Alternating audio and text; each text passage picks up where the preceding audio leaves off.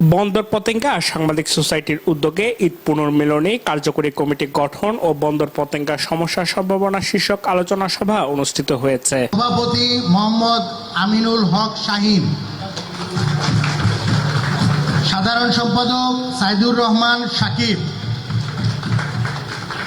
সোসাইটির সভাপতি ও দৈনিক নবচেতনা পত্রিকার চট্টগ্রাম ব্যুরো প্রধান মোহাম্মদ আমিনুল হক শাহীনের সভাপতিত্বে ও সহসভাপতি বাবুল হোসেন বাবলা ও উপস্থাপিকা সোমা মসজিদের সঞ্চালনায় অনুষ্ঠানে প্রধান অতিথি হিসেবে উপস্থিত ছিলেন চট্টগ্রাম মহানগর বিএনপির যুগ্ম আহ্বায়ক আলহাজ এম এ আজিজ। প্রধান আলোচক হিসেবে বক্তব্য দেন দৈনিক চট্টগ্রাম প্রতিদিনের উপদেষ্টা সম্পাদক ও প্রকাশক আয়ান শর্মা। বিশেষ অতিথি হিসেবে উপস্থিত ছিলেন চট্টগ্রাম মহানগর বিএনপির আহ্বায়ক কমিটির সদস্য হাজী মুজিবুল হক, চট্টগ্রাম রিপোর্টার্স অ্যাসোসিয়েশনের সভাপতি সোহাগ আরেফিন, বিএনপির নেতা নুরুজ্জামান কন্ট্রাক্টর, মোহাম্মদ শাহাবুদ্দিন ও হারুন কোম্পানি। আমি কিন্তু মাঠ ছেড়ে পালাইনি, আমি সবসময় সংগ্রাম করেছি। আমি নীতির কথা বলতে আসিনি, আমি সত্য এবং সুন্দরের জন্য আমার যুদ্ধ অবিরাম থাকবে।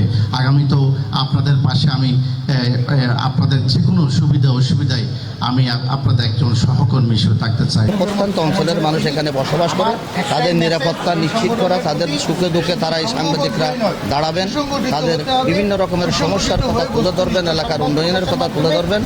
আমরা আশা করি অতীতে সাংবাদিকদেরকে যেভাবে বিপদগ্রস্ত হতে হয়েছে, বর্তমান সরকার কিন্তু স্বাধীন সাংবাদিকতা এবং আইনের শাসন চাই বিধায় এটা সাংবাদিকতা সুন্দর করতে পারবেন। আমাদের দীর্ঘ যুগের কাছাকাছি সম্পর্ক এবং একসাথে কাজ করছি, সহকর্মী সহযোদ্ধা বলা চলে।